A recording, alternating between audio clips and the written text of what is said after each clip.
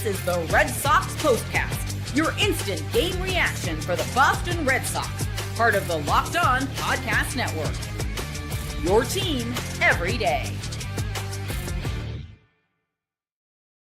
Well, Garrett Crochet certainly was not at his best, but he did battle Red Sox offense not at its best, and there were some poor at-bats during the course of a series finale losing game. 4-3 the final to the Mariners on Thursday at Fenway. You are right where you need to be. You are locked on with our latest Locked On Red Sox postcast. I'm Steve Lennox, longtime play-by-play announcer on the Baseball Sideshow, host calling games from Tokyo, Japan, Dodger Stadium, Target Field, Minute Maid Park, Kauffman Stadium, Jacobs Field, Globe Life in Arlington, Texas, and LaLasher Park in Lowell, Massachusetts. Of course, we are providing reaction to every Red Sox game on the Locked On Red Sox YouTube channel, as well as the Locked On Red Sox podcast feed. You can get the Locked On Red Sox postcast on the podcast side, free and available wherever you get your podcasts. On our latest Locked On Celtics postcast, we're going to talk about Garrett Crochet. Gave up 4 runs, 2 in the first, 2 in the second, battled, and every inning except one with base runners. Struck out, plenty of hitters, walked a lot of hitters, and gave up a season-high 4 earned runs. We do want to hear from you, our everydayers and our first-timers. Join the conversation if you're with us on the Locked On Red Sox YouTube channel right now. First off, thank you. Hit that comment button. Join the conversation. Kind of same old with the losses for the Red Sox now on the season. This episode of the Locked On Red Sox postcast presented by Game Time. Download the Game Time app. Create your account. Use code LOCKEDONMLB for $20 off on your first purchase. Again, we do thank you for making the Locked On Red Sox postcast your first listen every day, part of the Locked On Podcast Network, your team every day. So the series even 1-1. Crochet, Bryan Woo, the pitching matchup Thursday afternoon at Fenway, and you wanted it to be as advertised. It was on one side. Bryan Woo is terrific. And I just got to say this, because this is becoming a thing for the Red Sox. This is what you'll be talking about. If Ted Williams were alive, he'd be spitting nails. The Boston Red Sox, Ted Williams used to say the best way to hit the curveball is don't miss the fastball. The Red Sox have difficulty with fastballs that are 94, 95 plus. And Bryan Woo is a very good pitcher. And during this past offseason, and I've said it during this series, I never really believed Tristan Casas to the Mariners for one of their pitchers. And Bryan Woo on different occasions was listed as one of those pitchers going back for Tristan Casas. I never believed that. I like Bryan Woo. I was impressed with him last year.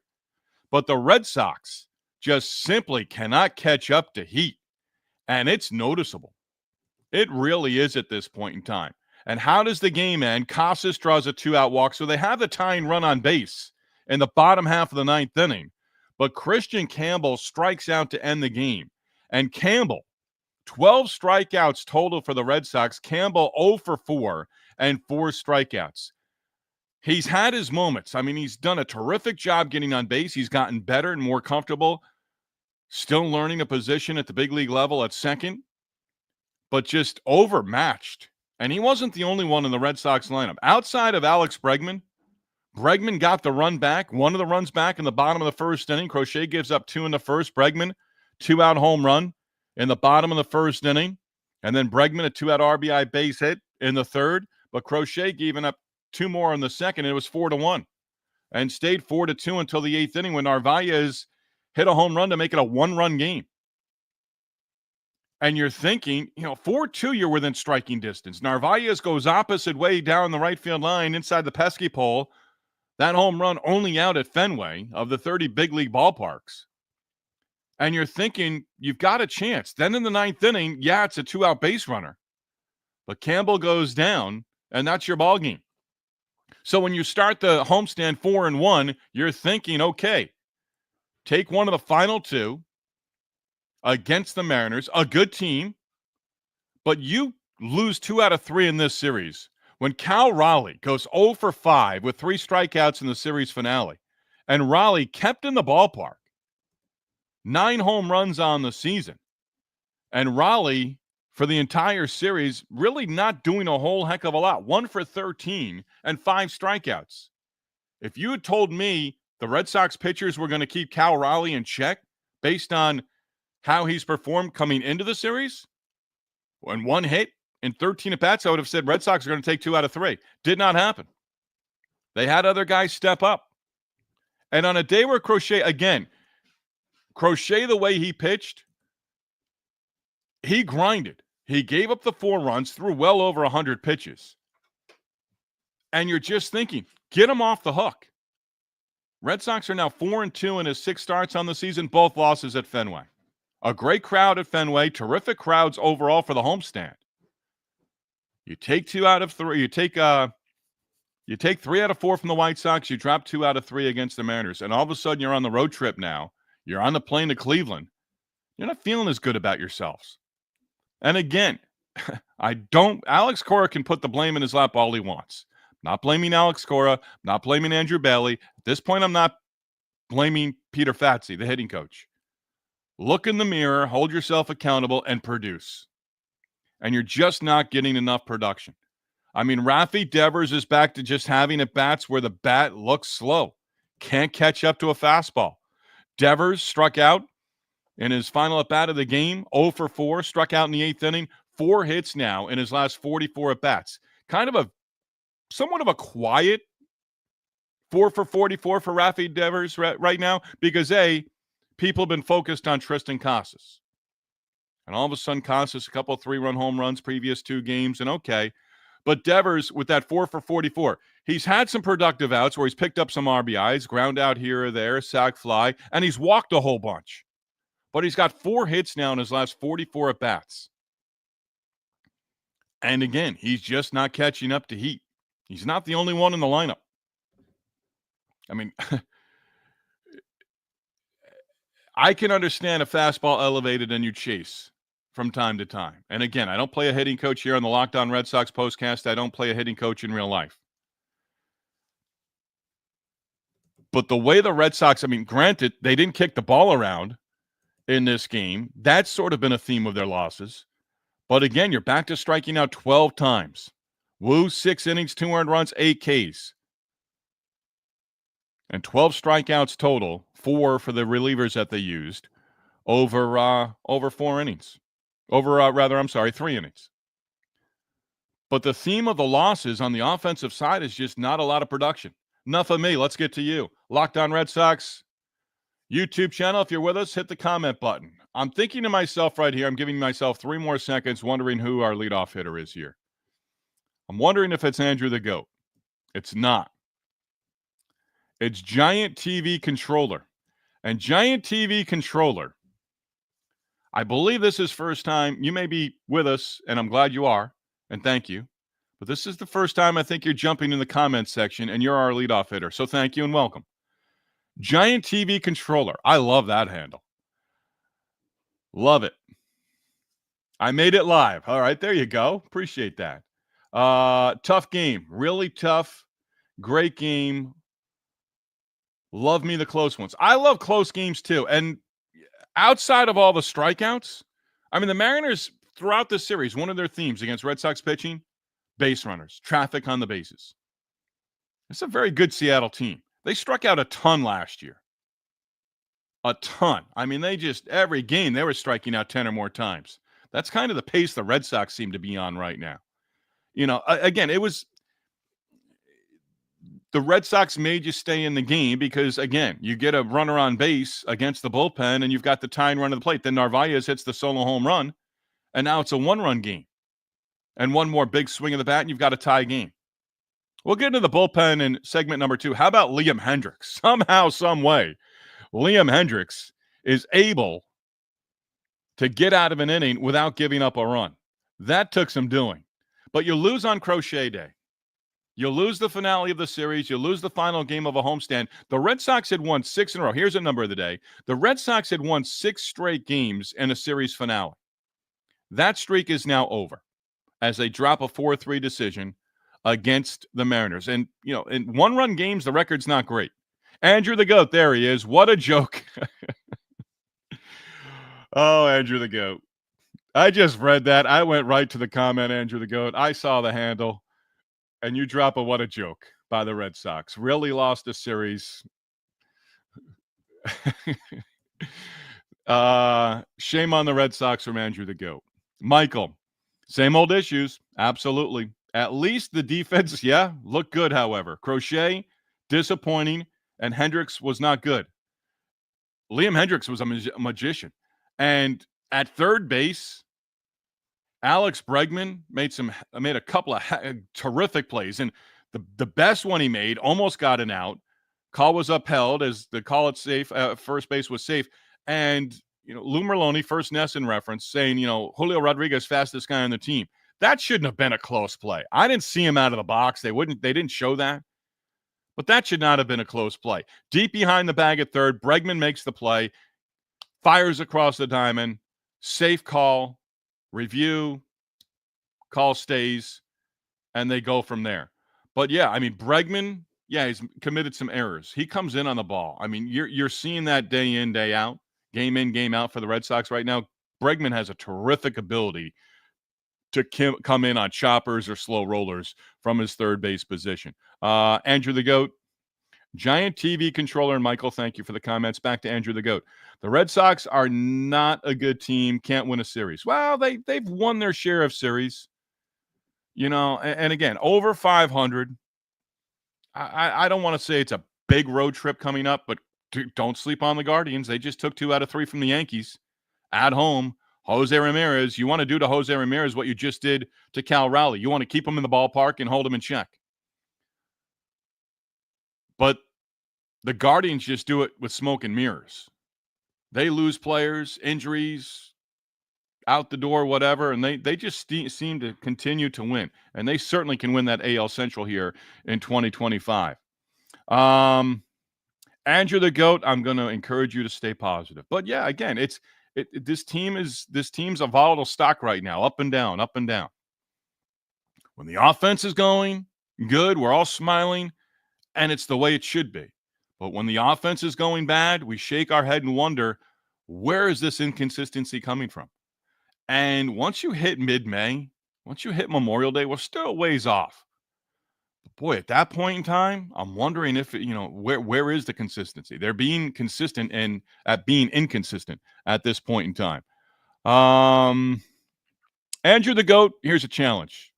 I know you have one more comment in there. I'm going to get to it in a moment. You need to leave something positive here. Something positive about the Red Sox. Giant TV controller. Still the potential for a good season. Absolutely. You're not writing the season off here in the first full month of the season. 100%. All you need is for the team to stay in the playoff hunt. Yes. And get hot at the end of the season. You need to be with the wild card situation with the way it is now, 6 teams making a total, you can get in there and you do want to be hot September into October. I do like that. I do agree with that. I don't necessarily like it because it almost becomes like the NCAA tournament. The hottest team in the tournament makes the run to the World Series. We've seen that the last handful of years. Andrew the Goat, let's see what do we have here. Oh, this is not the positive one I was looking for. Red Sox might as well call the season. Can't beat a bleeping good team to take the series. All right, Andrew the Goat, the challenge is there. The Red Sox, I think you missed a word there. The Red Sox blank was pretty good today. I think maybe I'm going to fill in a word for you and say defense. Off to Cleveland. Numbers of the day. Red Sox, the number of the day I gave you, now 4-2 in Crochet's first 6 starts. And I'm going to give something, a little message to the rest of the pitching staff based on what Garrett Crochet was able to do in a positive way on Thursday as well. That is next. Steve Lennox with you, Locked On Red Sox postcast. Red Sox 4-3 on the homestand against the White Sox, and Mariners dropped 2 of 3 against Seattle. It's been a long time since Seattle left Boston with a series win. And we are presented by Game Time. Locked On Red Sox, part of the Locked On Sports Network, your team every day. Locked On Red Sox postcast presented by Game Time. There's nothing like the atmosphere of an NBA playoff game. Every bucket, every defensive stop, every moment feels huge. Electric in the arena, certainly. And with Game Time, you can be part of it without the stress of last-minute ticket hunting. Game Time makes it fast and easy to get playoff tickets, even when demand is sky high. Prices on the app actually go down as tip-off gets closer, and their last-minute deals can save you up to 60%. Here is why you are going to want to use Game Time. Last-minute deals saving up to 60% off buying last-minute for sports, concerts, comedy, and theater, and plenty more. The all-in pricing means no surprise fees at checkout. What you see is what you pay. Take the guesswork out of buying tickets with Game Time. Download the Game Time app, create your account, use code LOCKEDONNBA for $20 off on your first purchase. Again, create an account, redeem code LOCKEDONMLB for $20 off on your first purchase. Terms to apply. Download Game Time today. Last-minute tickets, lowest price guaranteed. Locked On MLB for $20 off on your first purchase. Locked On Red Sox Postcast also presented on this Thursday by Amazon Fire TV. Did you know your Fire TV is also an Xbox? Turn any TV into your gaming and entertainment hub with Fire TV Stick 4K devices. No console required. Just grab your paired controller, subscribe or sign into Xbox Pass Ultimate with EA Play included, and you're ready to play. Dive into hundreds of premium titles from EA Sports, College Football 25, Call of Duty, Black Ops 6, and Avowed as easily as you stream your favorite shows. It's gaming made simple, and it's all on your Fire TV. With 4K streaming, watch more than 1.5 million movies and TV episodes from your favorite subscribed services like Netflix, Prime Video, Disney, Max, and more.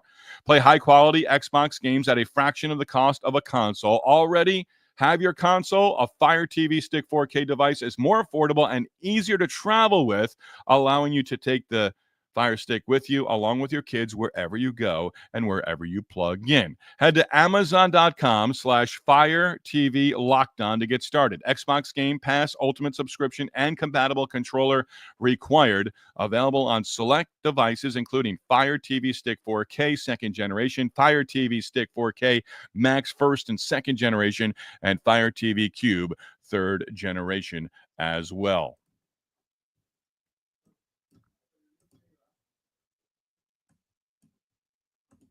All right, let's see if this is Andrew the Goat. Nope, giant TV controller right back in there.